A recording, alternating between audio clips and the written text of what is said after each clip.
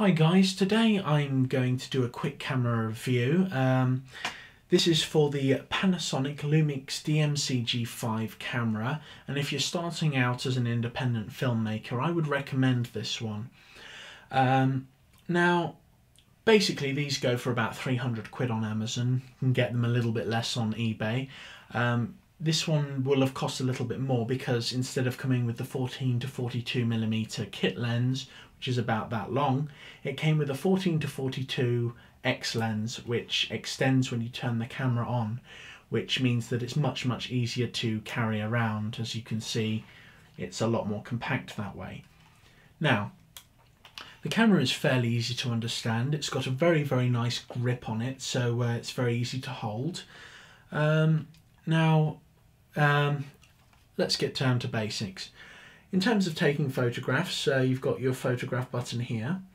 You've got a record button slightly above it, and behind it you've got your intelligent automatic button, which makes everything a lot easier. You can set intelligent automatic plus, which makes things even easier on top of that, which is really good. Now, it has a nicely positioned zoom lever here, which affects any electronic lens that you've got attached to your camera that meets up with the little prongs in the base, and I'll show you those in a moment. You've got a flash, which is easy to access. All you've got to do is press that little button on the side here, and yeah, the camera is very easy to understand like that. It's got a left and a right microphone, so you've got stereo sound, and when it records video footage, it records in 1080p or 50p, I believe, which means that you're not going to get any of those issues that you might be getting if you're shooting with interlaced. Now, the LCD screen is especially nice because it can turn out and it can turn round, so literally you can see yourself, as it were. And I'll just give you an example of the zoom function up at the top. As you can see, that works really nicely. So you can basically hold the camera at weird angles and you can take photographs, and it's a lot easier to take things that way, so you don't need to worry quite as much. Now, one of the reasons I like the camera is because it is a micro four thirds camera, and the reason I like micro four thirds cameras a lot is because you can have many different types of lenses, like C-mount lenses, and attach them to the front of the camera. I'm going to give you a demonstration of that. These are the electrical prongs I was showing you earlier.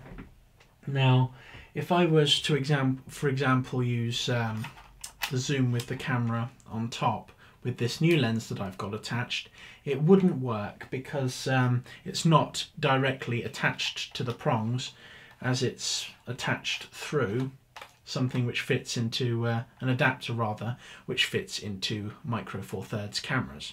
However, this C-mount lens can be used to automatically take photographs like so, and generally it's nice to be able to have a camera that can attach EF, FD, ARRI lenses, you name it. Just about any type of lens you can attach to these cameras.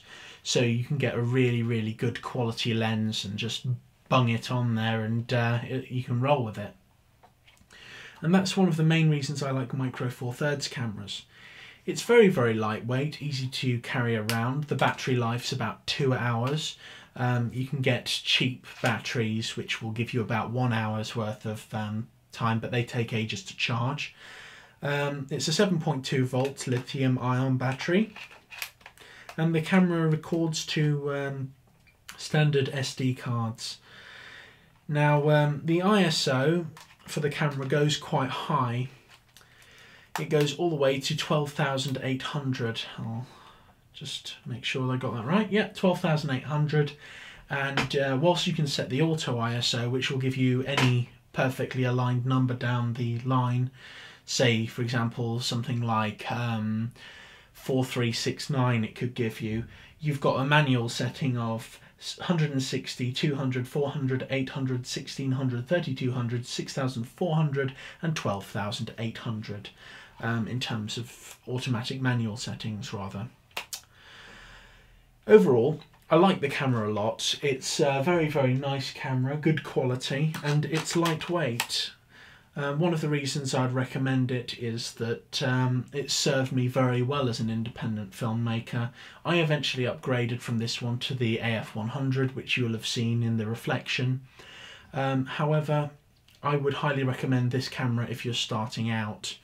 It's very, very easy to use. It's all of the menu settings which it's got with it, which can be accessed easily with this button at the back, are easy to understand and control, and overall it's just a very, very good quality camera, especially for the price. Anyway, I hope this review's been helpful to you. I would recommend this camera. I've probably said that many different times, and I should be making more reviews soon. Anyway, it's been quite a mouthful, and take care, have a lovely day, and you know, have fun.